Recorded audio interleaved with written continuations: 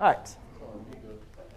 Amigos. All right, so what we have is what is the area of a parallelogram ABCD if all the sides have a length of 6, and the measure of BAD is going to be 60 degrees. All right? So let's do ABAD.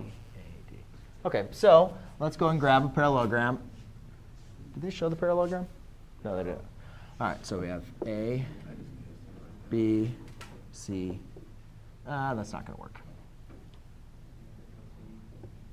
Let's do B, A, D, C. Just as far as, guys, it doesn't matter. All right, I'm just trying to make sure that my parallelogram looks somewhat similar to the way it should, because obviously that's an obtuse angle.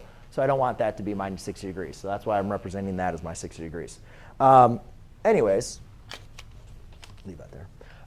We need to go through what do we know about parallelograms? Well, hopefully you guys understand that a parallelogram is a closed figure that is created by two sets of parallel sides.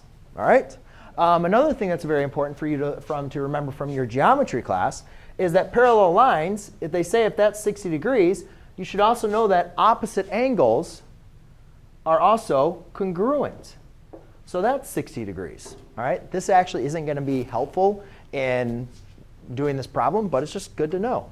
It's also important to know that consecutive angles are supplementary. So if that's 60, that means this one is 120. And if that's 120, that means that is 120.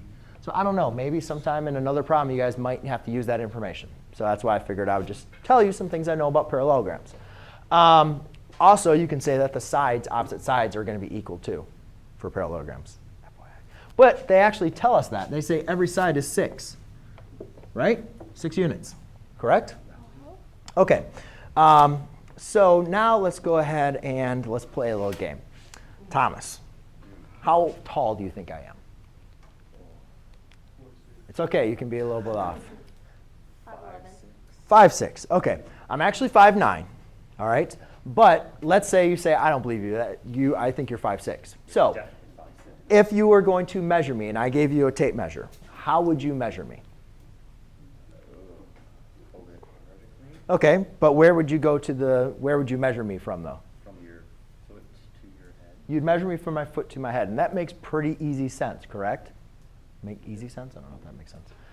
But that makes sense to all of you. If you're going to measure somebody, you go from the base to the top, correct? I wouldn't say, hey, Thomas, put the tape measure over by the door and go to my head, and that's my length, or that's my height. Would you? That wouldn't make sense, right? Because that's much longer, right? That's like 15 feet, and I'm not 15 feet tall. So it's very important to understand that, because the problem, again, is asking for the area. And I'll even tell you guys, I made a mistake when I was first doing this problem, because I didn't restate the question. I solved for this problem, but I didn't do what the answer was, or the question was asking. So therefore, I'm looking for my answer, and I'm like, it's not there. It's not there. What did I do wrong?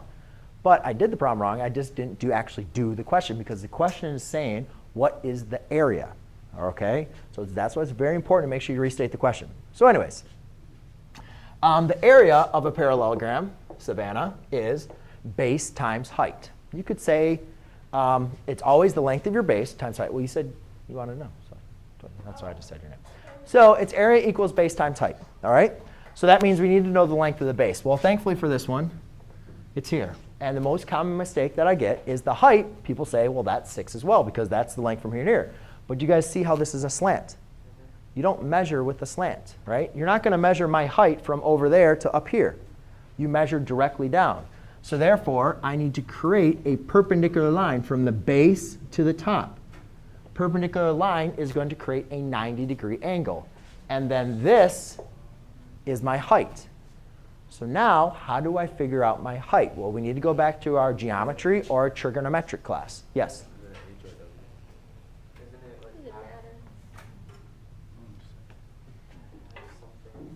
You're on there. So a 30, 60, 90 triangle. That's 30. That's 60. That's 90. All right? We create a 60. We know there's 60-degree angle. We know there's 90. So the other side has to be 30.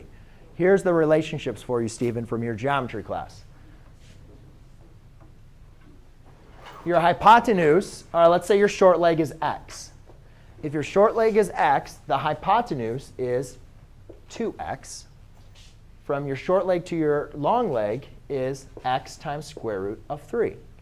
So here's the relationships. To go from your short leg to your hypotenuse, you multiply by 2. So to go from your hypotenuse to your short leg, you short leg to hypotenuse, multiply by 2. Hypotenuse to short leg, you divide by 2. So if this length is 6, what does this length have to be? 3. Then, to go from short leg to long leg, you multiply by the square root of 3. So 3 times square root of 3 is just 3 square root of 3. So now, ladies and gentlemen, we know the base, and now we know the height. So now we can find the area. Area equals 6 times 3 square root of 3, which equals 18 times square root of 3, which is letter H. Make sense? Maybe, kind of?